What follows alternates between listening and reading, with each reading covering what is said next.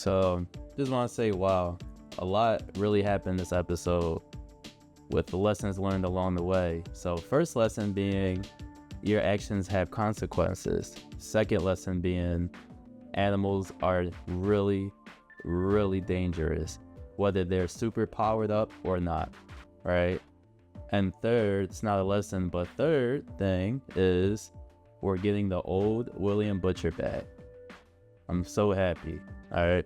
So let's get into it. So first thing about the actions having consequences, that's the theme of this episode.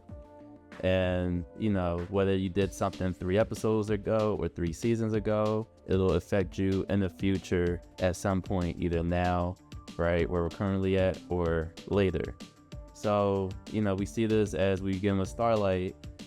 After she decided to go beat the living crap out of the firecracker last episode, she lost everything. She lost her little campaign. She lost probably 95% of her supporters. She lost her base of operation, right? Firecracker fans came in, raided her place, messed up everything inside, spray painted messages, all that, you know, and she just has a bad public image online right now, right? So yeah, she's really in a bad place mentally. Everybody thinks she's the bad guy, right? So Firecracker's plan worked, right?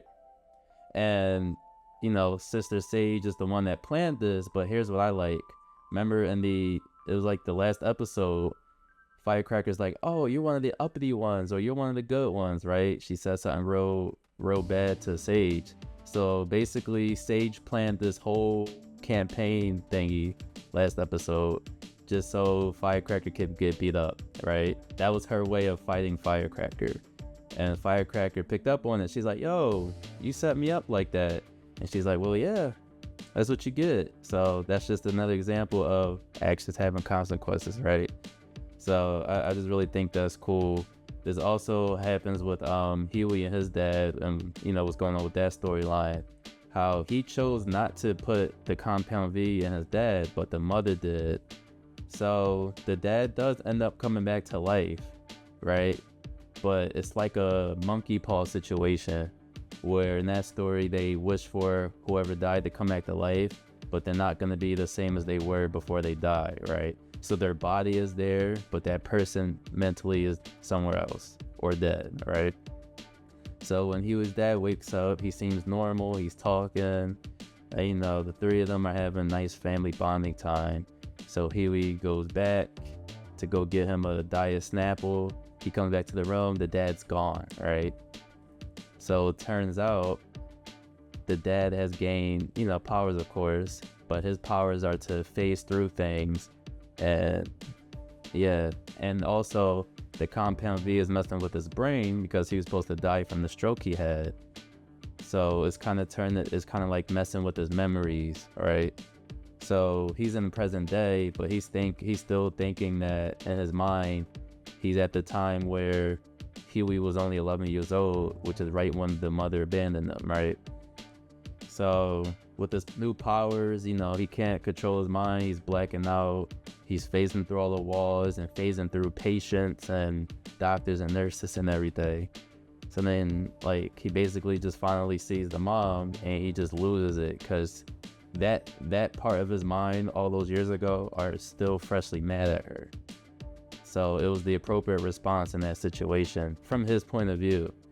And then he just tries to like start killing them. It's just crazy, right? Like they literally didn't censor anything. You had this one guy trying to ask out one of the nurses after he's recovering and he's still laying in the hospital bed. Huey's dad just phases through the wall, and then he stops when he's like phased into the guy's body, and then he stops phasing, and then that guy's guts explode, and he just dies instantly. It's crazy how they don't hold back, but I like it though. Meanwhile, we have Butcher and the boys team. Butcher gets the idea to use the virus that was made in the Gen V spinoff show that'll kill, you know, Compound V enhanced people from the inside.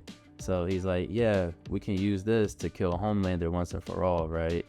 And you can see that Butcher throughout this episode is kind of in a rush, and, you know, he's making more and more reckless moves, and, you know, it's just because he's about to die. And So they discovered that Victoria Newman is running a secret lab, right? But they don't know where it's at. So in order to find out where it's at, they get help from Stan Edgar, right? Victoria's father figure in a way, or the former owner of Vought, right? So they get him out of jail in exchange for his help in finding her lab. So they find her lab and they go down there and they see a bunch of animals in cages, like, rabbits and stuff. And Butcher looks at one of the rabbit's cages and notices that it's been, injected or being injected with Temp V, right?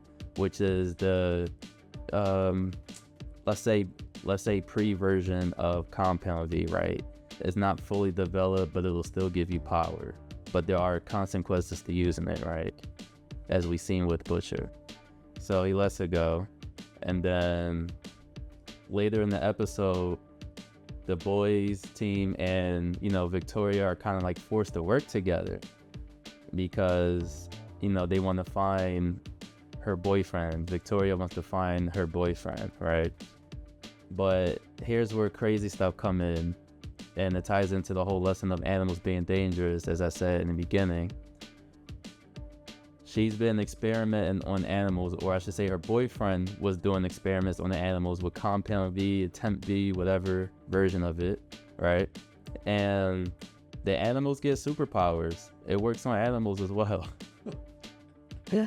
So I literally imagine it as like Otis from back in the barnyard, him and his friends getting superpowers and just killing people on sight, right? Or kind of like an enhanced violent version of the book Animal Farm, where they were talking, they had political debates or whatever, and then they get superpowers and start going on a killing spree against humanity. So it was just funny to see like a bunch of flying sheep and roosters fly through people's guts, right? And everybody's trying to shoot the roosters, but the roosters are bulletproof. It's just the funniest thing ever. And then, we could see that Victoria can still explode the roosters' heads. So I'm like, why don't she just do that with all of them? But whatever. So the main threat are the flying sheep. They're in packs and they're flying around eating you like giant vultures or pterodactyls grab you from out the sky, right? So they go into the barn and they find Victoria's boyfriend, and one of his friends had died. So Butcher gets the idea to use the dead body MM gets the idea to use the dead body as bait by injecting it with the virus that could possibly kill Homelander and throw that dead body out for the sheep to eat. And, their plan works, right? So then later on in the episode, we get a parody of like Comic-Con from the Vought company, right? And I just love this parody. So they named it V52, kind of like DC's New 52, and they're just making fun of like all the wokeness of that, like, comic book movies and shows are doing, like with putting black people in every single role, or I should say like trying to force diversity by using black people, right? And the guy that announces it, his name is Cameron, and he goes, oh yeah, so we have this new diversity administration and we're gonna call it Black Added. They call it Black Added, and it's just crazy, right? And he's like, yeah, we're gonna appease to you guys and da da da da da. And he just starts saying these stereotypes and everything. And one of their movies is Training A Train, so that's gonna go into the Black Added category. So I just love how this show makes fun of all the dumb stuff that goes on in the world, and they make it to satire and find a way to make it funny, right? So I just love that about the show. So anyway, meanwhile with the boys team, after everybody got away from the sheeps because the sheeps took the bait, and the sheeps end up dying from the inside out. The virus kills you from the inside out. It took a while for the sheep because it takes effect depending on what consumes or injects the virus. So the Sheik finally die, and then backup arrives to go pick the teams up. So it looks like Edgar is gonna go back to jail, right? But as Edgar's being driven away back to jail, the driver's head explodes, and Victoria, she's gonna break out her dad. So that's a consequence right there of the boy's action, right? They let him out of jail in the first place. And that guy is very intelligent, knows how to use his resources. So that's what makes him dangerous. It's not his physical strength or powers that he has, which he doesn't. It's literally his knowledge, his mind, is what makes him a huge threat. So, like I said, actions are your consequences of your actions right there, right? And also, Starlight is going through something mentally. She's having like power blockages, right? It's kind of like what Peter Parker went through in Spider-Man 2, where his powers didn't work because it was a mental thing. So, I think it's just from it's from Firecracker exposing the fact that she chose to get an abortion in the last episode on national television. It's either that or it's because she lost everything due to her fighting Firecracker on TV. So either one of those two things or a combination of both is what's making her have these blockages in power.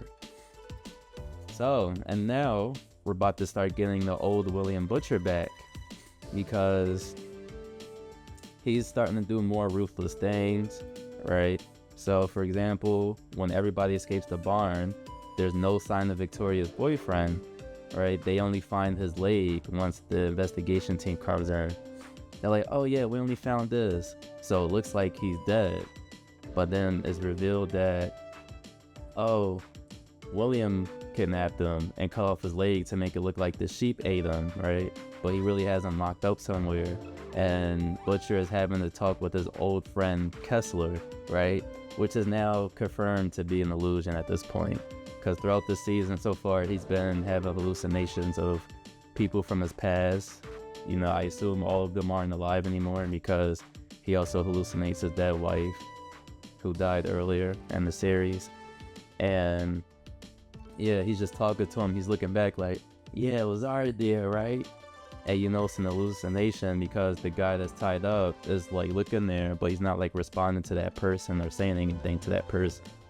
So, it's kind of played off as, oh, he could see the person, but he's really not there, because Kessler just always happens to show up when no one else is around, right? And he's the only person in the world that could just flip over or flip on Butcher's evil side like that. So I think that's just the result of the little parasite that's been swarming around his brain from him taking a temporary V. So yeah, I'm glad we're getting evil William Butcher back. This seems super accurate to the comic, and I just can't wait to see what they do next with it. I'd say this episode is a 8 out of 10. It's not like last week's episode, but the pace is picking up now. The only thing that kind of slowed things down was the whole Huey's dad in the hospital thing. Stuff happened there too that was important, but the main objective of the episode was going to Victoria's lab and them showing off the Compound V farm animals, right?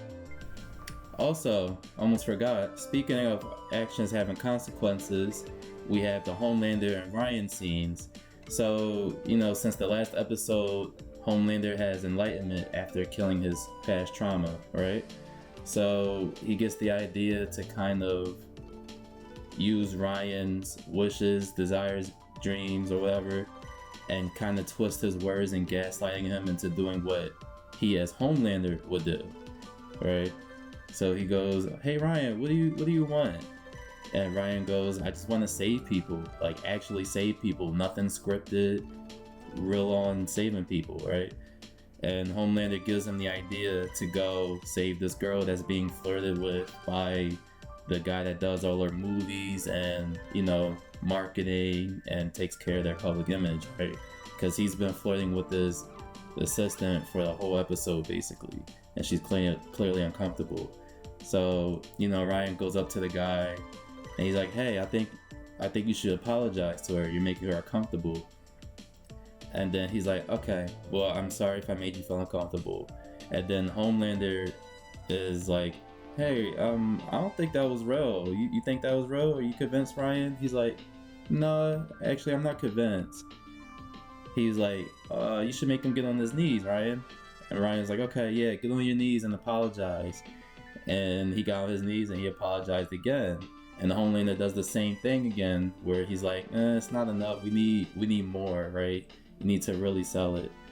So, he gives Ryan the idea to get the girl to smack the guy that was flirting with her nonstop. And he just keeps smacking them over and over. And he's like, all right, stop. I get it. I'm sorry. I'm sorry. I'll stop. Please. Right? So what Homelander was doing right there was just manipulating Ryan in his own way. So Ryan didn't retaliate back because he started off by asking, what does he want to do? And helping that girl out of an uncomfortable situation just happens to be a part of Ryan's goal of him wanting to help people for real and not having it be a fake event that was set up. So, this is Homelander's new way of manipulating Ryan, right? And he finally gets that milkshake, which confirms that he's on Homelander's side. Because if you see, each time Homelander has 2 milkshakes, one is for him and Ryan. But then before he gives Ryan a milkshake, Homelander tries to sway him into being how he is or making decisions and actions the way he would. But Ryan just wants to be a normal kid or whatever, or have something against that idea. And then Homelander kind of just takes the milkshake away or throws it out. So this right here was just a really good detail with the milkshake, because this confirmed Ryan is slowly but surely, being on Homelander's side. He's like, look, we can do whatever we want. We're guys. We have powers, right? These humans are insignificant on this planet. As far as I know, it's just you and me, Ryan, right? So he's using that.